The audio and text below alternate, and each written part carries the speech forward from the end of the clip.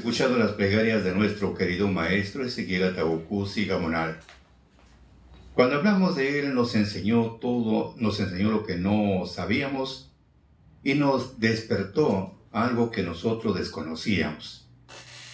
Cuando hablamos de nuestro querido maestro, llegó la hora por disposición de lo alto, no es un deseo humano, sino por disposición divina, que su pueblo tenía que ser restaurado en estos últimos días. Por eso dice en Efesios 1:10, en la dispensación del cumplimiento de los tiempos, tenían que unirse los que están en los cielos como también los que están en la tierra.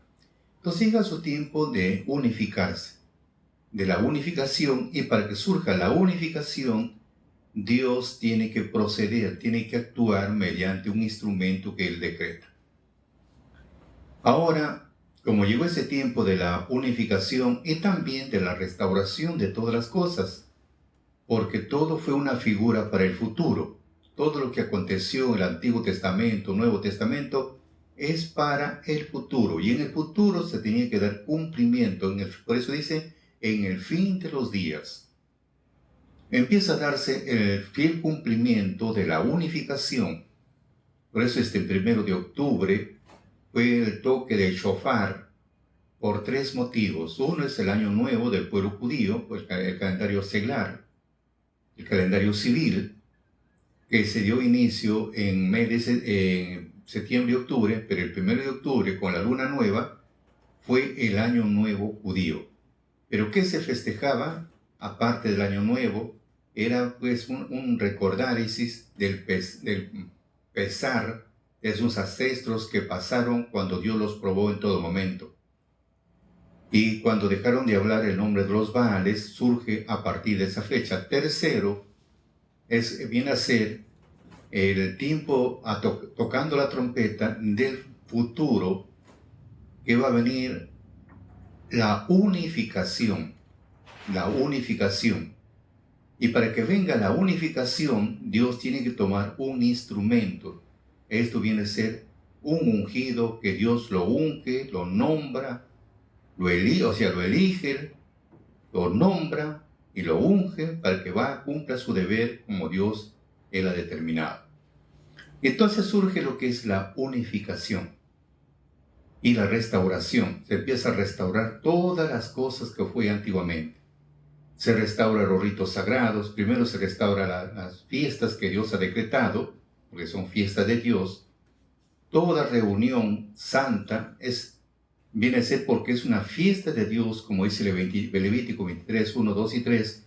Son mis fiestas, las fiestas de Dios, las convocaciones santas, donde a su pueblo, a sus hijos, los invita. ¿Para qué? Para santificarlos, para consagrarlos. Por eso vemos en número 28, 5, tenían, aparte de las ofrendas que tenían que presentar, había un macho cabrío para reconciliarlos. Mire, con la sangre de este macho cabrío tenía que ser reconciliado. Busca Dios la reconciliación con sus hijos. Los sábados son fiestas que los consagra, los santifica a sus hijos. O sea, tanto es el amor de Dios que a pesar de las rebeldías, a pesar de las inmundicias, a pesar de sus iniquidades, ¿cómo es la misericordia del Creador? No importa, trata de limpiarlo, no importa limpiarlo. Y así, y ha puesto fechas especiales que son los sábados, lunas nuevas. Hablamos de las fiestas solemnes, hablamos del 1 de octubre, ahora que se avecina esta fiesta, donde una vez al año, aparte de las semanas, aparte de ellas, pone una vez al año que tenemos que lavar nuestra vestimenta santa. Estamos hablando de la vestimenta santa, la ropa de gala, tiene que ser lavado en la sangre del Cordero, que es este 10 de octubre. Ahora, estamos viendo el procedimiento que se lleva, porque después vamos a esclarecer sobre el Azazel, porque a eso tenemos que llegar. Primero tenemos que saber las bases, y después de las bases, y es fácil entender lo demás. Revisando el libro de Levítico, encontramos algo muy interesante en el capítulo 16, está todo el procedimiento que tiene que llevarse a cabo en esta ceremonia, porque llegó el tiempo de ser restaurado. Esta es la ordenanza que Dios decretó. Y habló Jehová a Moisés. Después que murieron los hijos de Aarón, cuando llegaron delante de Jehová y murieron. Después que murieron los hijos de Aarón. La pregunta es, ¿pero por qué murieron los hijos de Aarón? ¿Por qué Dios lo llama a Moisés después que murieron sus hijos? ¿Qué pasó con sus hijos de Aarón? Revisando el libro de Levítico 10, 1, 2 y 3, encontramos que sus hijos tenían dos nombres. Uno de los hijos era Nadab y el otro Abiú. Estos eran dos hijos. ¿Qué pasó con estos jóvenes? Tomaron cada uno en su incensario y pusieron fuego en ellos, sobre el cual pusieron perfume y ofrecieron delante de Jehová un fuego extraño que nunca lo había mandado. Claro, voluntad tuvieron de hacer estos jóvenes, pero no conforme Dios quiere. Ese es uno. Luego encontramos cuál es el motivo, cuál es el otro motivo. Dice lo siguiente. Primero vamos a esclarecer. En Levítico 16, 12, Jehová dijo a Moisés, di a Aarón y a tu hermano que no en todo tiempo entre en el santuario en el velo adentro, delante de la cubierta que está sobre el arca, para que no muera. Porque yo apareceré en la nube sobre la cubierta. Cuando hablamos de este lugar de la cubierta que está mencionando, se llama tabernáculo. Vamos a definir así. Hágase usted la imaginación, si pueden trazar un dibujo a buena hora. Hacen ustedes un rectángulo con una puerta de ingreso, y ese rectángulo, una parte con una cortina, lo ponen ahí puntos para que se saquen una diferencia. En el tiempo de Moisés el tabernáculo tenía 10 codos por 10, el lugar santísimo, y el lugar santo era 10 codos de ancho por 20 de largo, con una entrada también. Entonces eso vemos el lugar santísimo y el lugar santo. En el lugar santísimo, en el cuadrado 10 por 10, que estaba dividido con una cubierta, ahí estaba el arca del pacto, quiere decir, es un arca donde estaban las tablas de la ley, la vara de Aarón, y también estaba el maná. Y esta arca estaba cubierto, por decirlo, la cubierta, tenía una tapa o una cubierta, y sobre la cubierta, que era una sola pieza, había dos querubines que estaban mirando hacia abajo. Dos abiertos sus alas, pero mirando hacia abajo. Y del centro de esos dos ángeles, del centro que estaban mirando la cubierta, de ese lugar Dios hablaba con Moisés. Pero ¿qué pasó acá con los hijos Abad y Biú, que eran los hijos de Aarón? Ingresaron en un día que no es el día que debía corresponder. A ese lugar solamente ingresaba al lugar santísimo el sacerdote una vez al año. Una vez al año, no cualquier fecha. Por eso dice, Jehová dijo a Moisés, di a Aarón y a tu hermano que no en todo tiempo entre en el santuario del velo adentro, delante de la cubierta que está sobre el arca, para que no muera.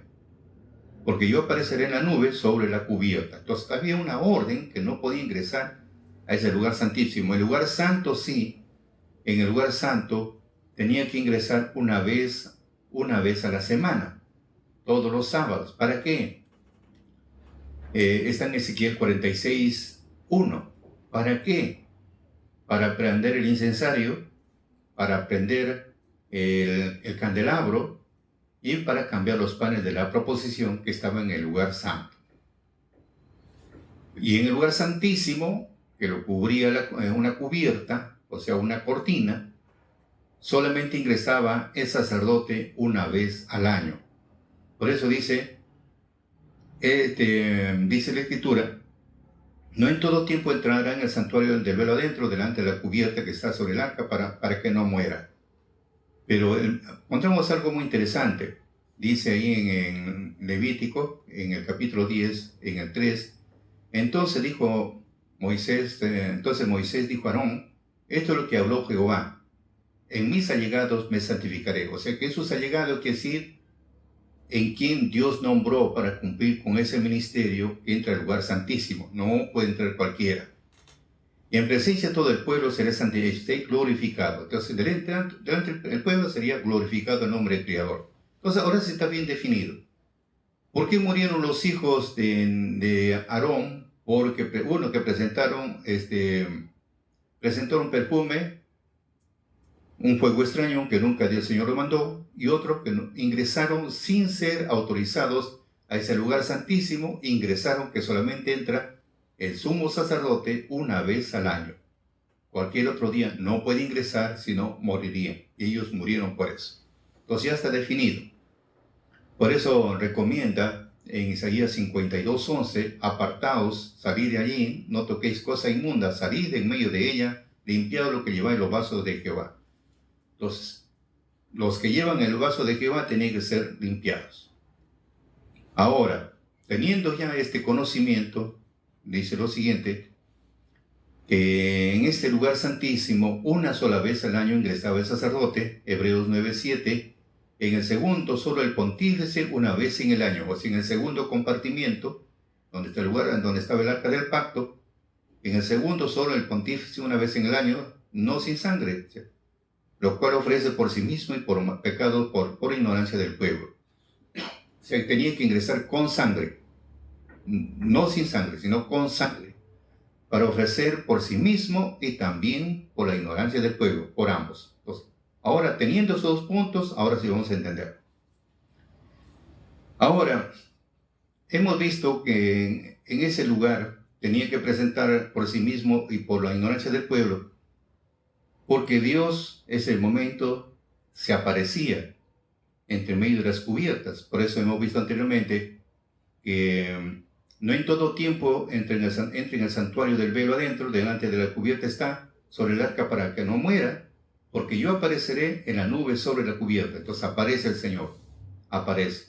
Y eso está en Éxodo 25:22, y de allí me declararé a ti y hablaré contigo de sobre la cubierta. Entonces, de este es el lugar, Dios le está diciendo a Moisés, de este lugar voy a hablar contigo, ahí voy a declarar contigo desde esa cubierta.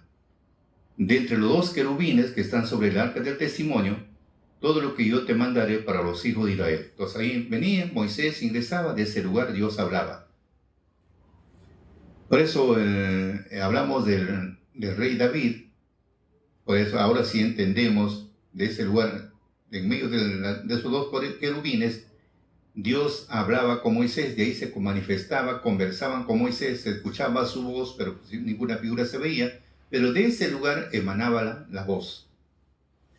Por algo decía el rey David, como dice 2 Samuel 6:2, cuando él se levantó, David fue con todo el pueblo, el que tenía consigo a Baal de Judá, para hacer pasar allí el arca del pacto de Dios, sobre la cual era invocado el nombre de Dios, que mora entre las querubines. Entonces, ese es el lugar donde se invoca el nombre de Dios. Ahora sí esto es claro. ¿Dónde se invoca el nombre de Dios? Ahí está bien claro. De en medio de las dos, estamos hablando del arca del pacto, encima de la cubierta, que encima había una tapa que es cubierta. Los dos querubines estaban mirando hacia abajo. Del centro de ese lugar el Señor hablaba con Moisés. Por eso dice David, es el lugar donde se invoca el nombre de Dios. Donde va, Moisés se iba, pedía auxilio. A veces lo quería matar a Moisés, se iba a pedir auxilio. A veces llevaba algún mensaje del pueblo para conversar con Dios. Entonces se manifestaba qué es lo que tiene que hacer. Por eso se llama el lugar de invocar el nombre del Creador. Hasta ahí está esclarecido. Ahora vemos, para mayor velocidad, vemos en el caso del rey Salomón, cuando el arca del pacto lo trasladaron del monte Sión, de monte Sión para llevarlo al monte Moria, porque ahí Salomón había construido el templo, y lo hizo pues con mucha elegancia. El lugar santísimo, el lugar santo estaba forrado con láminas de oro, etcétera, pues una belleza única. Pero mientras no esté el arca del pacto, estaba solamente, habían 4 paredes. Pero cuando trasladaron el arca del pacto a ese lugar que se llama el oráculo de la casa, en el lugar del santuario, ese es su nombre. Oráculo de la casa en el lugar del santuario. Ese lugar se llama oráculo de la casa.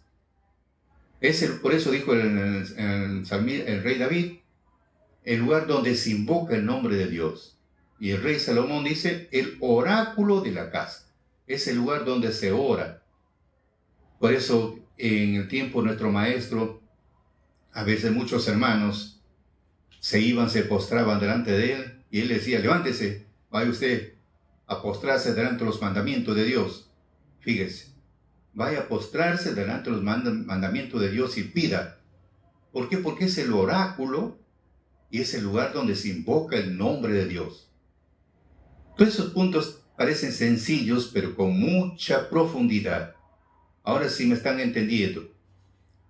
En esa cubierta que habían 2 querubines mirando frente a frente, pero mirando hacia abajo, estaban del centro de ese lugar, el Señor conversaba con Moisés. De ahí salía la voz de ese lugar.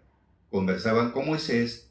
Por eso que en el tiempo del rey David le llamó el lugar donde se invoca el nombre de Dios, y el rey Salomón le llamó el oráculo de la casa.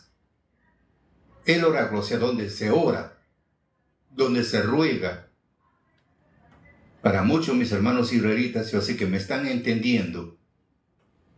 Algunos tienen don de sanidad, piden del mandamiento, sacan medicina, etcétera, etcétera. Eso es así. Entonces ya tenemos una idea, el lugar donde se invoca el nombre de Dios. Es el nombre donde se invoca porque es el lugar de oráculo o el lugar de oración. Muy bien. Ahora dice, vamos a, como lo estamos mencionando, vamos a terminar esta frase del tiempo del rey Salomón, que cuando trajeron el arca, se llenó de gloria todo ese lugar, una nube tan espesa que los mismos sacerdotes no pudieron cumplir con su deber. Se llenó el santuario de una nube espesa. Los sacerdotes no pudieron ministrar por causa de la nube, porque la gloria de Jehová había descendido a la casa de Jehová. Eso es, amigos, el valor y la importancia que tenemos que ver hasta el momento. Ahora sí, teniendo estas bases, ¿por qué murieron los hermanos, los hijos de Aarón? Es porque ingresaron en un día que no debía de ser y fueron con un perfume extraño. Por ingresar al lugar santísimo, que solamente Dios tiene a sus elegidos para que puedan ingresar una vez en el año con sangre. Sin sangre no puede ingresar. Por eso bien claro, con sangre, tanto por él como también por el pueblo. Ya, teniendo este concepto, ahora sí. Entonces dice en Levítico 16:3, estamos leyendo el capítulo 16, 1, 2, 3, vamos en el versículo 3. Con eso entrará Aarón en el santuario con un becerro por expiación, un carnero en holocausto.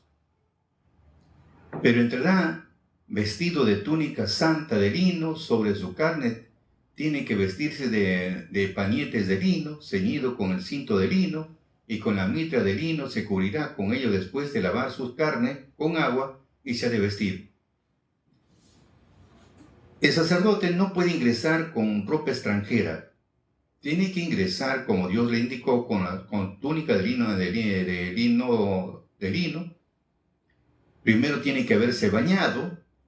Después ya se viste con pañetes, etcétera, etcétera.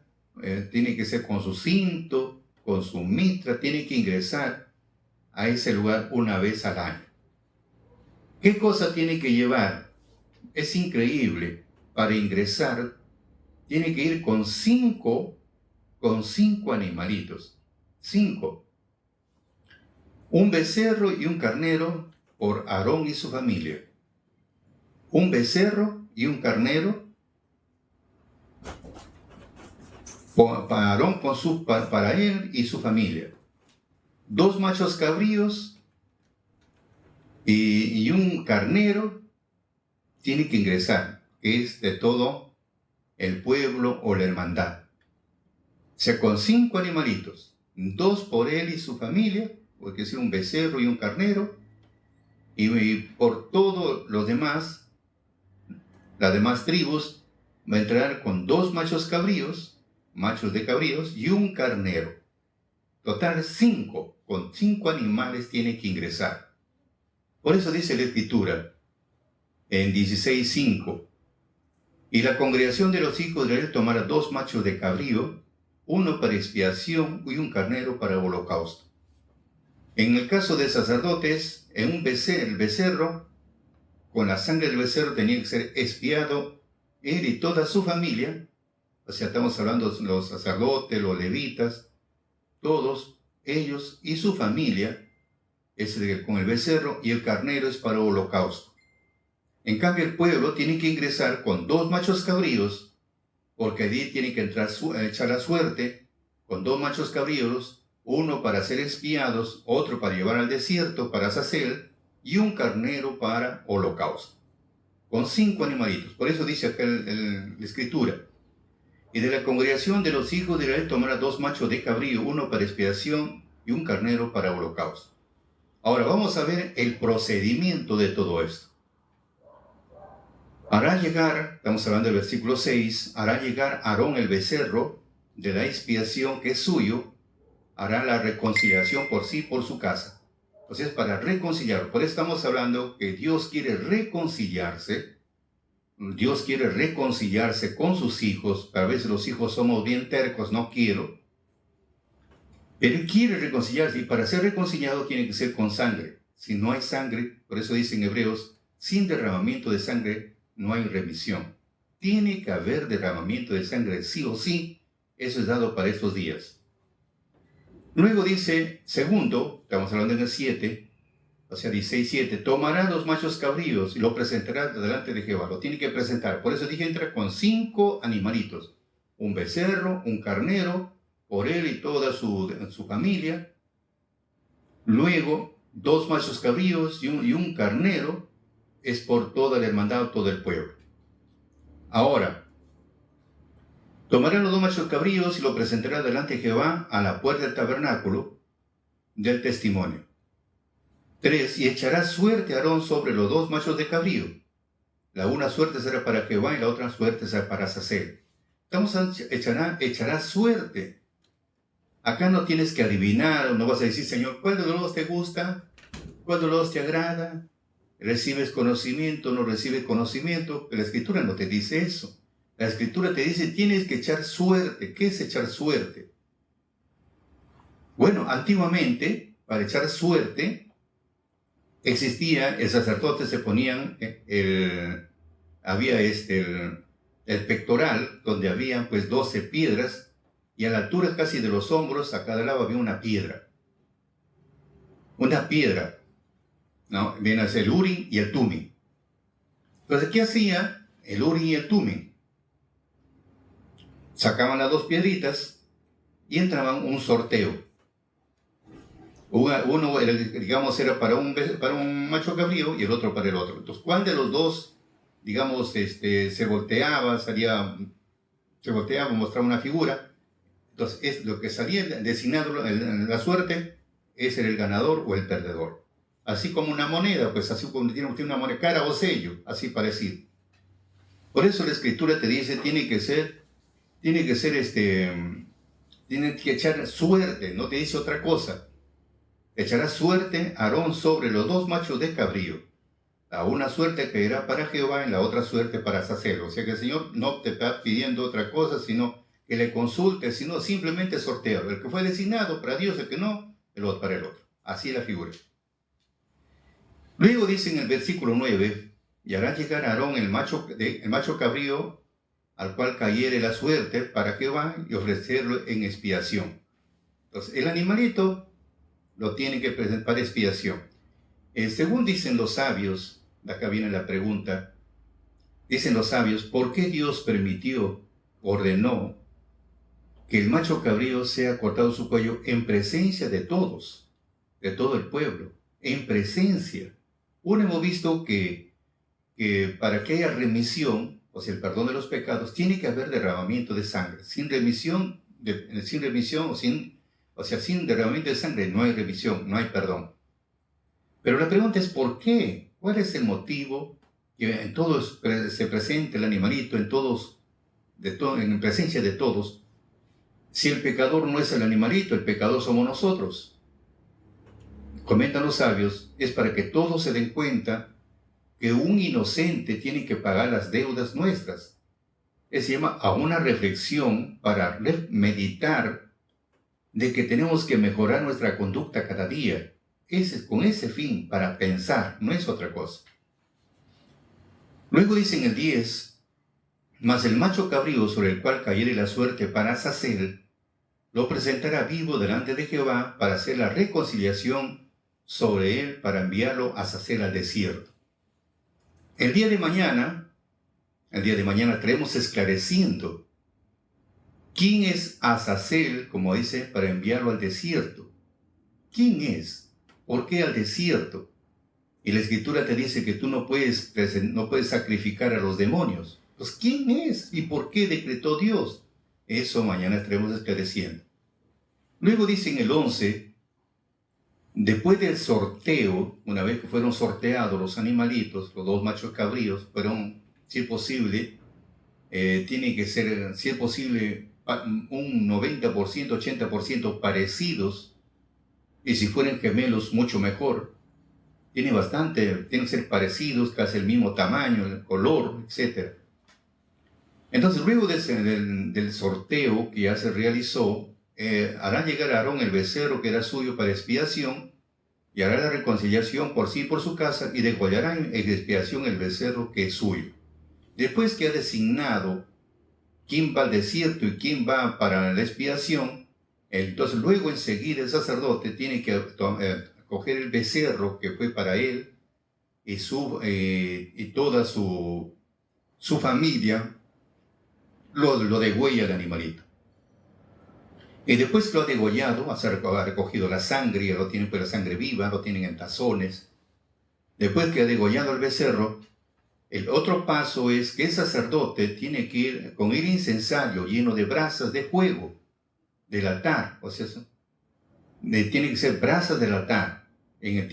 Antiguamente había pues el sacrificio continuo, que sí, de todos los días, entonces nunca estaba apagado el altar, nunca estaba apagado, todos los días había fuego, porque todos los días viene a ser el holocausto continuo, era uno presentado por la mañana, dice la Escritura en Números, uno por la mañana y otro entre las 2 tardes. Entre las 2 tardes significa desde, digamos, 12 del día o la sexta hora del día, que para nosotros 12 del día, hasta las 18 horas sería 6 horas del día, de la tarde.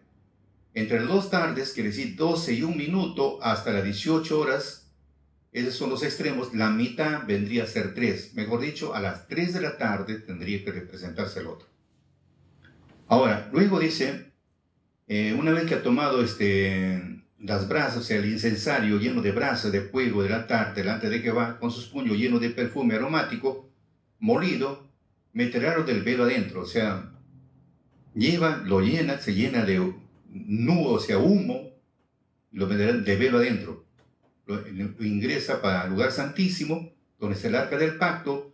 El primer procedimiento tendría que ser con bastante, digamos, que sale bastante humo del perfume aromático. Listo. Y pondrá perfume sobre el fuego delante de Jehová, y la nube del perfume cubrirá la cubierta y estará sobre el testimonio y no morirá. Para que no muera, primero tiene que sahumar, digamos, mejor dicho, sahumar, que es una palabra más común, sahumar. Primero sahuma, pero no es de sahumerio, sino viene a ser brasa de fuego, brasas de carbón, que he traído de esas brasas del altar. Pone el perfume sobre el fuego delante de Jehová, y la nube del perfume empieza a cubrir todo ese lugar que está sobre el testimonio, sobre el arca del pacto, y no morirá, para que no muera.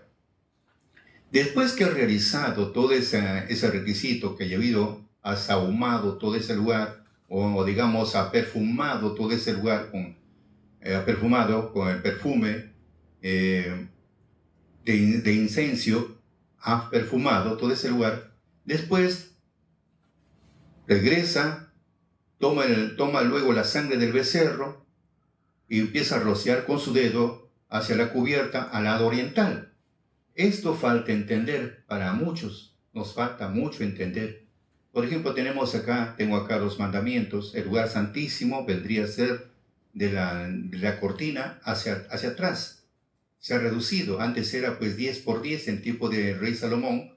Fue 20 por 20, el doble. En tiempo de Moisés, 10 codos por 10. Y en el tiempo de Salomón, 20 codos por 20. Y si hablamos de codos real, estamos hablando de 50 centímetros. Ya más o menos saque usted su cuenta. 50 centímetros por 20, ¿cuánto es? Entonces, ese es el espacio que tenía que hacer hacia adentro. Y la expiación es que el sacerdote tenía que ingresar y de en medio de donde está la cubierta, los dos querubines, donde están los dos querubines así mirando hacia abajo, tenía que espiar de adentro hacia afuera. ¿Hacia dónde? Hacia el oriente, hacia donde nace el sol.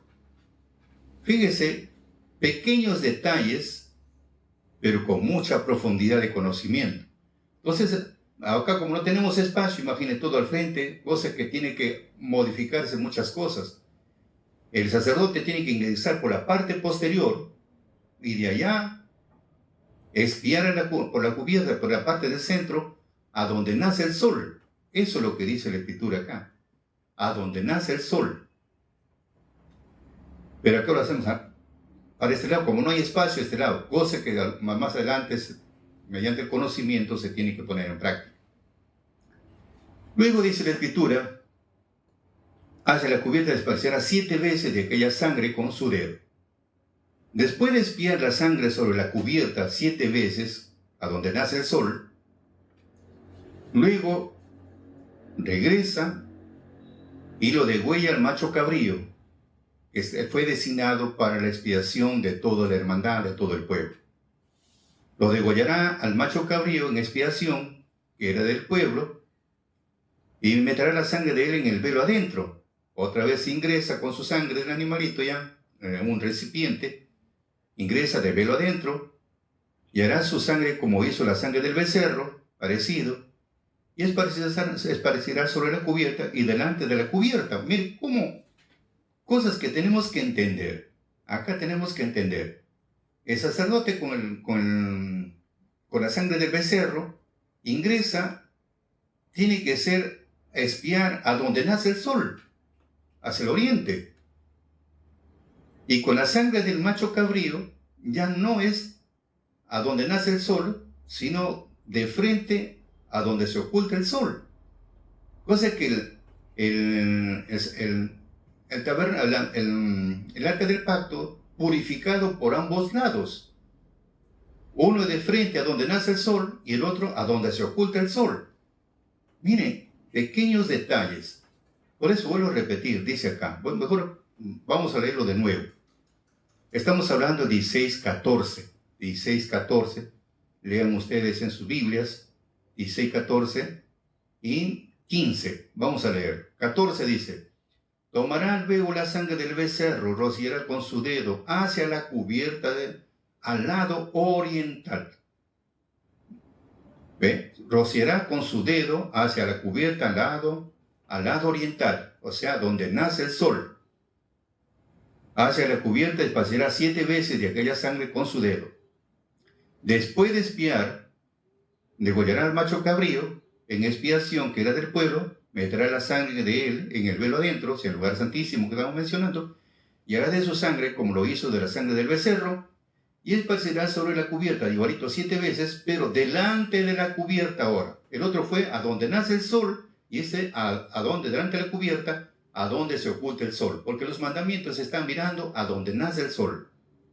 Porque está escrito en Ezequiel 46:3, que la puerta del atrio estará, dice, abierto 6 días, a donde nace, al oriente, o sea, a donde nace el sol. Los mandamientos están mirando a donde nace el sol. Entonces, con el becerro, tiene que ser al revés, por la espalda, digamos, los mandamientos, hacia donde nace el sol.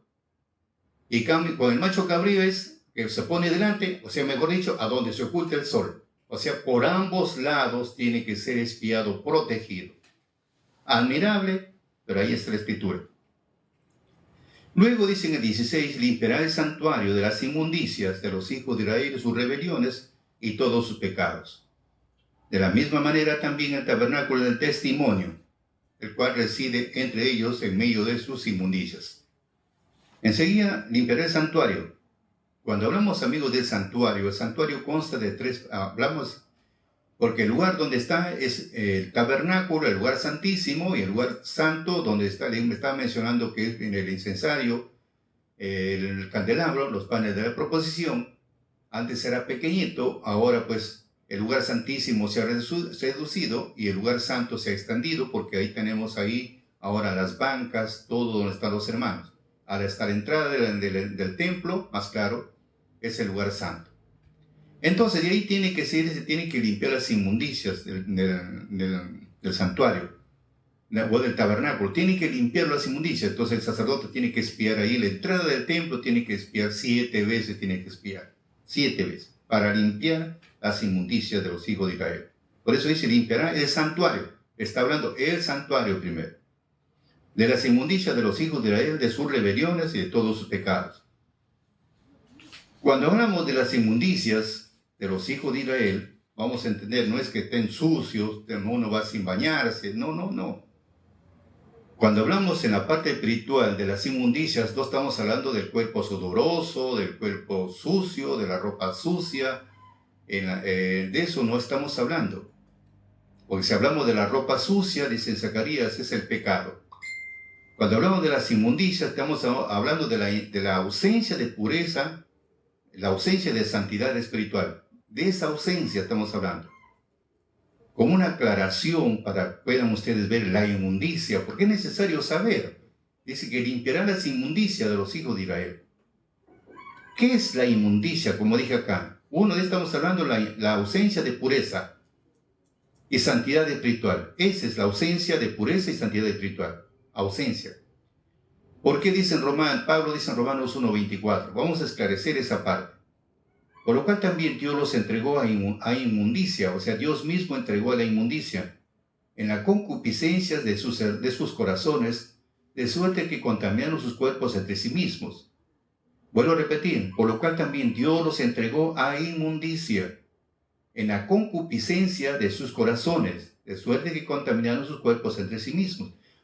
¿Qué es esto, concupiscencia? Porque eso es en la concupiscencia de sus corazones.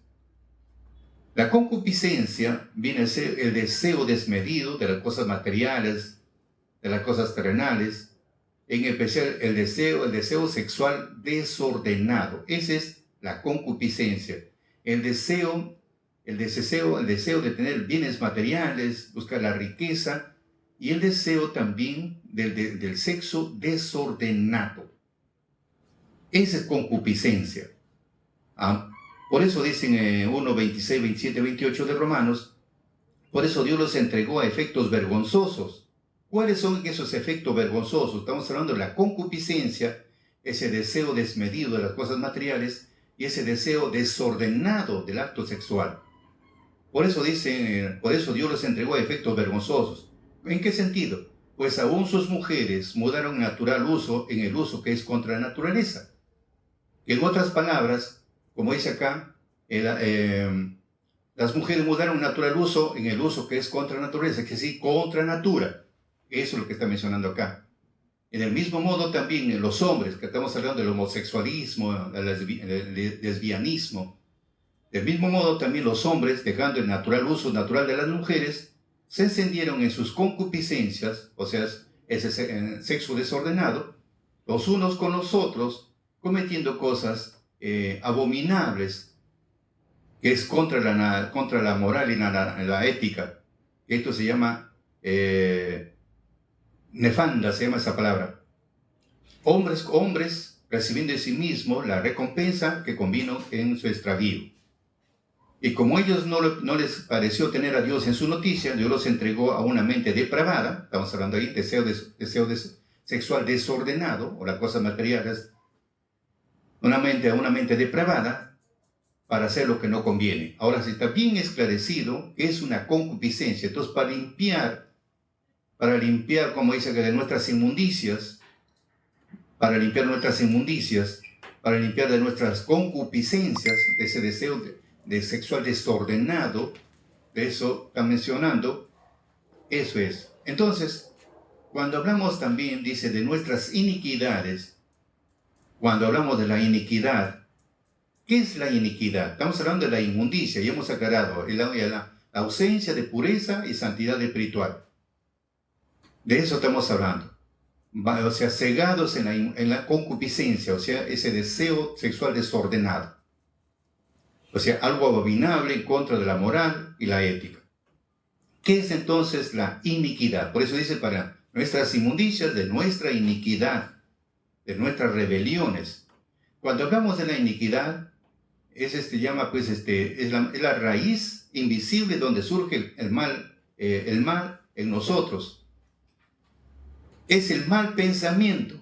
Eso es más claro, es iniquidad. Pensamos y pensamos y pensamos.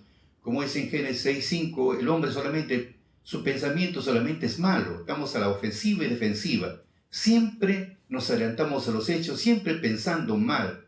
Esa es iniquidad. Esa es iniquidad, el pensamiento. Por eso dicen los sabios, muchos pájaros pueden dar vueltas sobre nuestra cabeza. El problema es cuando lo dejamos que hagan su nido. Los dejamos que hagan su nido, ya fuimos, ya. Como dice el apóstol Santiago, el pecado una vez que entró, luego viene la muerte. Primero es la iniquidad, primero es el pensamiento, primero entra por el pensamiento. Por eso dicen Cantares, con el rey Salomón dice, no despertéis el amor. Es como decir, el joven le dice a la joven, me gustas, quiero estar contigo, lo despertó. De repente yo no tuve ningún tipo de pensamiento, pero él ya lo despertó. Por eso no despertéis. Eso se llama la iniquidad. Ha estado piense hasta que lo habló y despertó. Y si llegan a consumir los hechos, a esto se llama pecado. Pecado significa es la consumación, es el fruto de la iniquidad. Entonces ya tenemos una diferencia, que es iniquidad, que es pecado. La iniquidad es el pensamiento, el mal pensamiento que venimos tramando, hasta que se habló y luego se consume el hecho. A esto se llama pecado, la acción. El mal pensamiento lo ponemos en práctica. Ese es el pecado. Y cuando hablamos de la rebelión, eso viene a ser el levantamiento contra Dios. Uno se levanta contra Dios, no está de acuerdo, que no debe ser así, que debe ser así como el pueblo hebreo muchas veces se rebeló contra Dios, se sublevó contra Dios. Por eso dice contra sus rebeliones. Muchas veces se ha sublevado. Entonces, es un ejemplo de rebelión. Por eso tenemos en el caso de, como dijo, pasó a Samaria, un ejemplo. Samaria se sublevó contra Dios y Dios lo trajo a los asirios y lo desaparecieron del mapa hasta el día de hoy. ¿Por qué? Porque se sublevaron contra Dios. Por eso dice en Oseas 13:16, Samaria será considerada culpable porque se rebeló contra Dios. Caerán a espadas, serán estrellados sus hijos y abiertos los vientres de sus mujeres encintas. Ese es el problema que estamos hablando cuando uno se rebela contra Dios. Hemos visto que es inmundicia, hemos visto que es iniquidad, hemos visto que es una rebelión. Por eso dice, viene este 10 de octubre para limpiarnos de nuestras inmundicias, de esos deseos desordenados sexuales, de esos deseos apetitivos desesperados por buscar la riqueza, que cometemos un montón de errores. Luego pensamos y pensamos siempre lo malo y luego ejecutamos el pensamiento malo y en un momento encima todavía nos rebelamos contra Dios. Contra eso viene justamente este 10 de octubre para reconciliarnos con Dios. Ese es el punto que estamos viendo. Ahora, vamos a ver. Luego, como dice, estamos viendo en el 16, limpiará el santuario de las inmundicias de los hijos de Israel, de sus rebeliones y de todos sus pecados. Y hemos definido ya qué es inmundicia, qué es iniquidad y qué es rebelión. Y pecado es la acción de la iniquidad. De la misma manera trata también el tabernáculo del testimonio, la cual reside entre ellos en medio de sus inmundicias. O sea, también del santuario, porque con nuestras acciones hemos regresado, le hemos inmundecido. Todo ese lugar inmundo está el lugar del santuario donde se presentan las ofrendas a Dios. Ahí le hemos inmundecido, no llevándose, pero no sin bañarse, no, sino de todas nuestras iniquidades, nuestras inmundicias, o sea, de todos contaminados entre nosotros mismos, de nuestras iniquidades, siempre con esos malos pensamientos, pensando contra uno, pensando mal contra el otro. Hay momentos que nos hemos rebelado contra Dios. Para eso es para limpiar todo eso. Es como tenemos un objeto, está sucio, le echamos agua, lo dejamos limpio, algo parecido es esto. Pero con la diferencia acá es limpiado con la sangre del Cordero.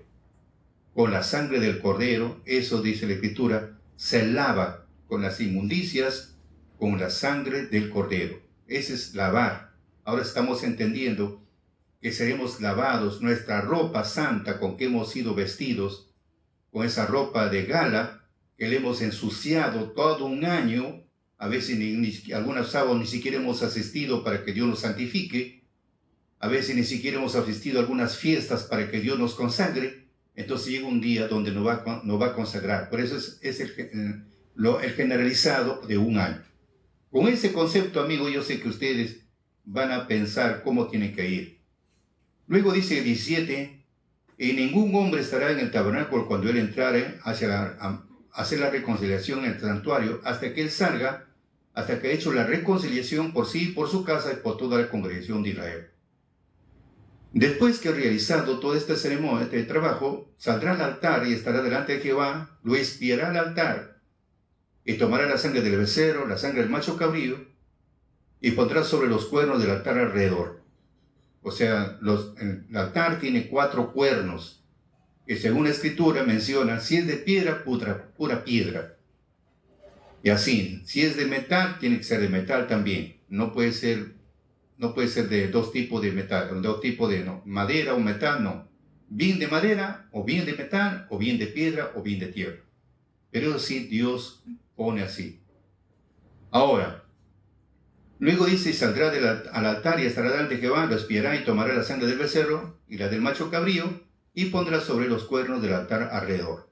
Y esparcirá sobre él de la sangre con su dedo 7 veces, y lo limpiará, y lo santificará de las inmundicias de los hijos de Israel. Claro, muchas veces cerca del altar, además en el tabernáculo, uno para ingresar, ingresa y sale, imagínense, como dice el dicho, cara nos vemos y no corazones. ¿Cómo estará pues nuestra conciencia? Con eso ensuciamos al lugar santísimo. Y cuando hubieran acabado de expiar el santuario, el tabernáculo del testimonio y el altar, hará llegar el macho cabrío vivo. Y pondrá Aarón ambas manos suyas sobre la cabeza del macho cabrío vivo, y confesará sobre él todas las iniquidades de los hijos de Israel, y de todas sus rebeliones, y de todos sus pecados. Y hemos visto ya que es iniquidad, y hemos visto que es inmundicia, y hemos visto que es rebelión. Ahora, poniéndose así sobre la cabeza del macho cabrío, y lo enviará al desierto por mano de un hombre destinado para esto. Y el macho cabrío llevará sobre él todas las iniquidades de ellos a tierra inhabitada. Imagínense, llevado a una tierra inhabitada. Y dejará ir al macho cabrío por el desierto. Después, vamos a ver acá, estamos leyendo Levítico 16, perdón, estamos viendo Levítico 16, estamos viendo, vamos a ver, dice lo siguiente. El 24, y lavará luego su carne con agua en lugar del santuario, y después de ponerse sus vestidos saldrá y hará su holocausto, el holocausto del pueblo, y hará reconciliación por sí por el pueblo. O sea, viene, se tiene que bañar, todo él, va, otra vez pone su vestimenta santa para presentar la ofrenda, porque dice bien claro, hemos visto al inicio, que de él tiene que haber un becerro y un carnero para holocausto, el becerro para expiación, el carnero para holocausto. De todo el pueblo tienen que ser 2 machos cabríos y un carnero. El carnero es para el holocausto y los 2 machos cabríos, uno para expiación y el otro tiene que ir al desierto, con ese para Azazel. Ahí está completo los 5. Y quemará el cebo de los expiación para el altar, y el que hubiera llevado el macho cabrío a Azazel, lavará sus vestidos y lavará también con agua su carne y después entrará en el real. Y sacará fuera del real el becerro del pecado, el macho cabrío de la culpa, la sangre de los cuales fue metida para hacer la expiación en el santuario, y quemarán en el fuego sus pellejos, sus carnes y sus estiércoles. O sea que los animalitos que han sido degollados, porque con esa sangre se expió tanto el sacerdote como para toda su familia, y luego tenemos el macho cabrío, el que fue degollado. Esos 2 animalitos tienen que sacarlo al lugar de las cenizas. Ahí lo tendrán que quemar completo, con estiércol y todo tiene que ser quemado, todo en el lugar de las cenizas. Por eso dice acá, y los que van a quemarlo también, de quemarlo, tendrán que lavarse sus vestidos, así como aquel que lo llevaron al macho cabrío, terminaron, también tienen que lavarse sus vestidos. Eso es lo que dice acá.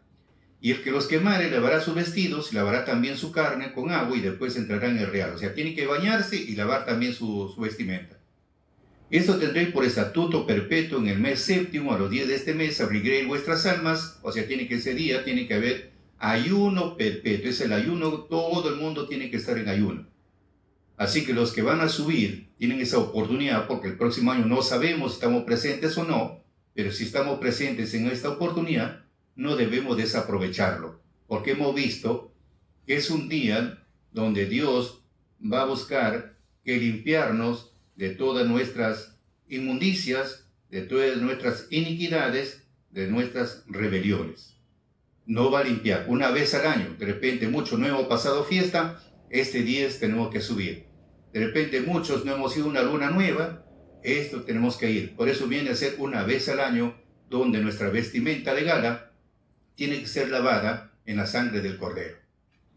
Luego dice, porque dice acá, en este mismo, el séptimo día, los 10 de este mes, afligiréis vuestras almas, y ninguna obra haréis, ni el natural ni el extranjero, que peregrina entre vosotros. Porque en ese día se os reconciliará. O sea, es un día de reconciliación. Dios nos va a reconciliar. ¿Ve? Nos va a reconciliar. Eso es muy bueno. Para limpiarnos, nos reconcilia y nos limpia. Quiere decir, hemos tenido discusión entre 2, llegamos a una amistad y se acabó también el resentimiento. Entonces queda limpio. Por eso dice, en ese día se os reconciliará para limpiaros y seréis limpios de todos vuestros pecados delante de Jehová. Esta santa reunión, dice en el 31, sábado de reposo es para vosotros, y afligiréis vuestras almas por estatuto perpetuo. Es un sábado. Va a ser este martes, pero es un sábado para Dios. ¿Qué es un sábado? Es un día de cesación de obras serviles. Es un día de una santa convocación, que en hebreo significa Shabbat o sábado. O sea, un descanso total. Y hará la reconciliación el sacerdote que fue ungido, cuya mano hubiera sido llena para ser sacerdote en lugar de su padre, y se vestirá de vestimentas de lino, las vestiduras sagradas, y espiará el santuario santo, que hemos visto que tiene que espiar, el tabernáculo del testimonio, que hemos hablado del lugar santísimo, el lugar santo, y espiará también el altar, que ya estamos viendo, son 7 veces, y a los sacerdotes, y a todo el pueblo de la congregación. O sea, todos tienen que ser. Llevo esto paso por paso. Acá es un resumen, el 33, un resumen de todo lo que hemos hablado. Espiará el santuario santo, y hemos visto que el santuario consta el tabernáculo, el mar de bronce y el altar. El conjunto de los 3 se llama santuario. Y el tabernáculo es el lugar donde está el lugar santísimo, donde está pues el arca del pacto, y el lugar santo donde está el incensario, los panes en la proposición y el candelabro. Hoy en ese tiempo el lugar santo se ha expandido, más grande, donde hay bancas, sillas, donde ingresan todos en ese día. Y luego dice, espiará el santuario santo, el tabernáculo del testimonio, espiará también el altar, eso hemos visto que tiene que ser 7 veces, y a los sacerdotes y a todo el pueblo de la congregación. Esto tendréis por estatuto perpetuo para espiar a los hijos de Israel de todos sus pecados una vez en el año. Y Moisés lo hizo como Jehová le mandó. Entonces, hermanos, amigos, mañana estaremos esclareciendo quién es Azazel. Mañana, porque dice uno para Azazel. ¿Cómo es esto? ¿Qué significa? Mañana estaremos hablando sobre ese punto. Y si te agrada nuestro mensaje, danos un me gusta y comparte con tus amistades nuestro agradecimiento por anticipado. Y no te olvides de seguirnos en nuestra cuenta de Santos Salazar Silva, en la cuenta de Vicky Pérez Medina, Facebook, Instagram, TikTok y YouTube.